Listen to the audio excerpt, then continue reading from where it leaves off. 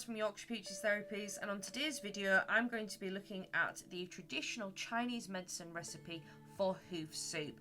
This is perfect for dogs that are arthritic, or any dogs that have joint conditions which potentially don't have arthritis yet, or even just as a nice warming soup. So our first ingredient is going to be beef. These are beef hoofs that have been cut up and prepared at my local continental supermarket.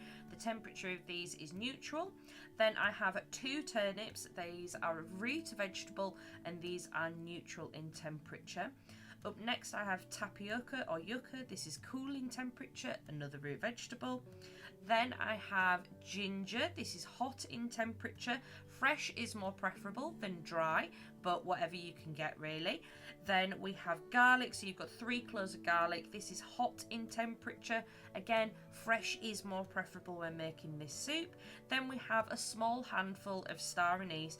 This is warm in temperature and something that is really easy to find at local supermarkets.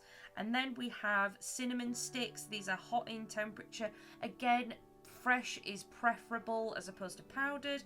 Then we have light soy for reduced salt. So first I pop my prepared hoofs into the slow cooker and add in some boiling water. I'm then going to prepare 3 cloves of garlic.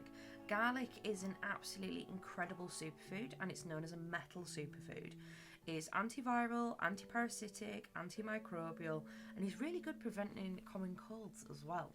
Now, when I talk about foods being associated with different elements, traditional Chinese medicine looks at 5 elements. That's fire, earth, metal, water and wood. And that directly links into the temperature of certain foods as well. So for garlic, as I've mentioned, garlic is hot. Then I go on to prep my 2 turnips, so I'm just peeling them and dicing them small. So turnips are a really lovely root vegetable. They're really great for their antioxidant properties. That's because of their vitamin C content, plus they are incredibly high in fibre too. And the temperature of turnips is neutral. Ginger is a really powerful anti-inflammatory. I tend to lean on it quite a lot. It's really prominent with its antioxidant content. It's really good for nausea as well, so I like to use it for dogs that get travel sick. But in this case, we're using it for its anti-inflammatory properties when we're dealing with joint disease, and the temperature of ginger is hot.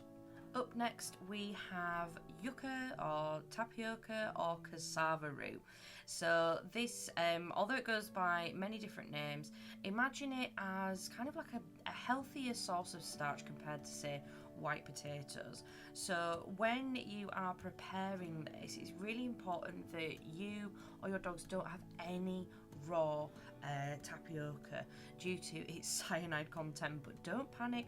As soon as it is cooked, that is completely negligent. Like it's completely safe to eat.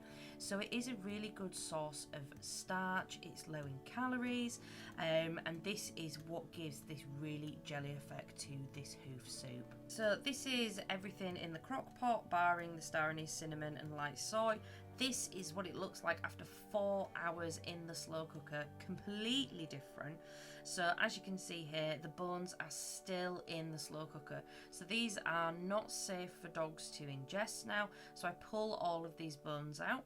I then start cutting off some of the fat, the tendons, the ligaments, and I actually pop them back into the slow cooker as the entire pot is cooling down, and then I fish these bits of fat out later. It's just to add extra nutrition into the bowl, but check out what it looks like after it's all been cooled to room temperature.